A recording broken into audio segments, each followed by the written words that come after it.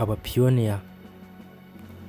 Open Mainet iri hafi kwegereza. Open Mainet turi hafi kumenya ibyerekeye listing. Iyo tuvuze listing ni ukuba yajya ku masoko. Turi hafi kumenya agaciro ka Pi Network. Ese muriteguye? Witeguye gute igihe Open Mainet izaba yatangiye?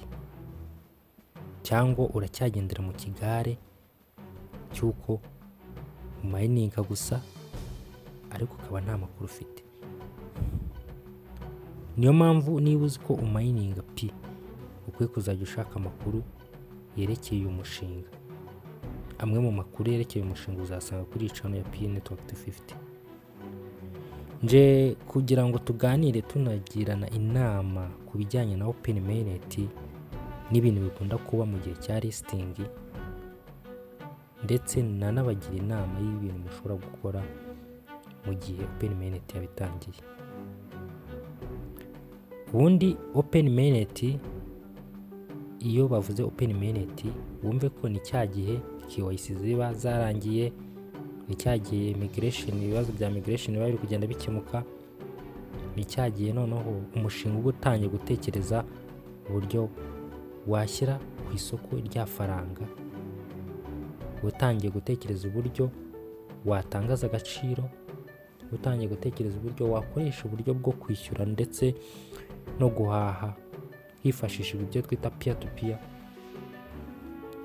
Ni ibintu byose by'ingenzi biba bikenewe na buri muntu wese aba akeneye, biba bitangiye kujya mu buryo bwo kugira ngo bitangire gukoreshwa. Open Mainet, ngira ngo inama ya mbere nagira umupioneer wese witeguye Open Mainet, banza umenye isoko. Ubundi isoko rimeze gute? Ifaranga iyo rigiye ku isoko bigenda gute? Ese ubundi mu isoko haba harimo abantu bameze gute?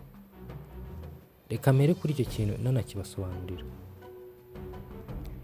Mu isoko mu bijyanye na cryptocurrency tugira ibihande bibiri. Hari igice cya buy, tukagira n'igice cya sell. Tukagira cyangwa se tukabyita igice cya supply ndetse n'igice cy'aba demand. Iyo mvuze igice cya buy wumve ko ni igice cy'aba demand, ni kimwe. Iyo mvuze igice cya supply wumve ko ni kimwe n'igice cy'aba sell. Ni ukuvuga ngo buy na demand baba ari abaguzi, sell na supply baba ari abacuruzi. Iyo ifaranga rigiye ku isoko, igiciro iyo kitari stable, tuvuge nk'urugero Pi ikaza itari stable, ni ukuvuga ngo kuzamuka kw'agaciro kuzagenwa n'ibyo bintu maze kubabwira. Kuzagenwa n'ababayinga cyangwa se abademand, kugenwe n'abaselinga cyangwa se abasupply. Niba ifaranga tuvuge nk'urugero rigiye nko kuri Binance direct, kuba rigiye no ku isoko rikomeye, ibyo biratuma iryo faranga rigira agaciro cyane, ribuze rifite agaciro kari hejuru. Rizaba rifite icyo bita strong momentum. Iyo tuvuze strong momentum ni uko rizaba ari ifaranga riri kuzamuka cyane, rikaba rifite imbaraga yaba mu kuzamuka. Ariko ikintu kizatuma ya strong momentum igumaho ni ababayinga ndetse n'abademand. Uko abantu bagura rya faranga cyane niko ifaranga rizazamuka cyane. Uko abantu bagira inzara yo kugurisha rya faranga cyane, ubwo ndi kuvuga baba supplier ndetse n'aba seller, kuko aba supplier n'aba seller navuze ko ari kimwe, niko ifaranga rizamanuka. Nabahaye urugendo ati mu gihe Pi Network itaba ari stable coin, ibyo ni byo bintu byabo. Niyo mpamvu mbwira buri mupioneer wese, genda ushaka ubumenyi bw'ibanze, tangira ushaka ubumenyi bw'ibanze, umenye ati ni gute ifaranga rigurishwa rikijya ku isoko, ese rifominga izihe candlestick, kuko ntabwo turamenya neza muri Open Mainnet payi ikizakora, niba izakoresha exchange, niba izakoresha peer to peer, niba izakora n'amabanki cyangwa se ibindi bigo by'imari, ntabwo turabimenya.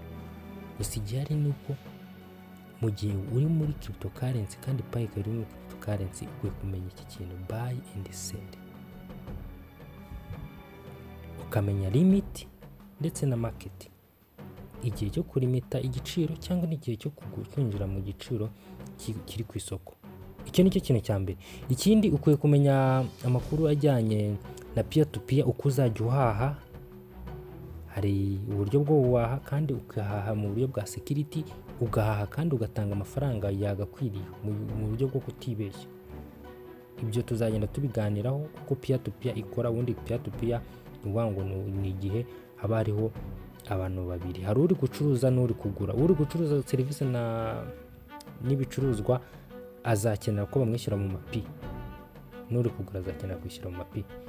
Ikindi ni igiciro, bavuze igiciro cya GCV, turacyategereje igiciro cya GCV. Ntabwo nagikonfaminga ngo mvuga ati tugiye kuzakoresha igiciro cya GCV cyangwa payi zaba ari stable coin. Gusa icyo mugomba kumenya, mwitege ibintu bibiri, ishobora kuza iri ku giciro cyo hejuru cyangwa ikaza iri ku giciro cyazo. Ariko ngendeye kuri pre-market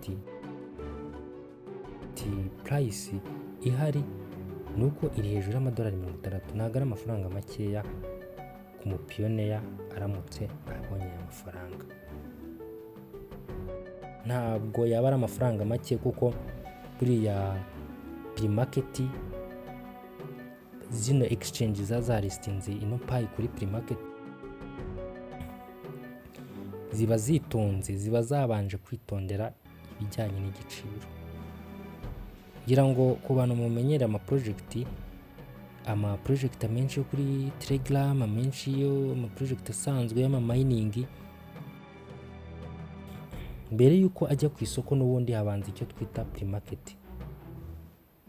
Akenshi nujya kugereranya kwijanisha, uzasanga pre-market price yashyizweho, iryo faranga kenshi riza kuri iyo pre-market price, niyo rije munsi rizaho gatoya.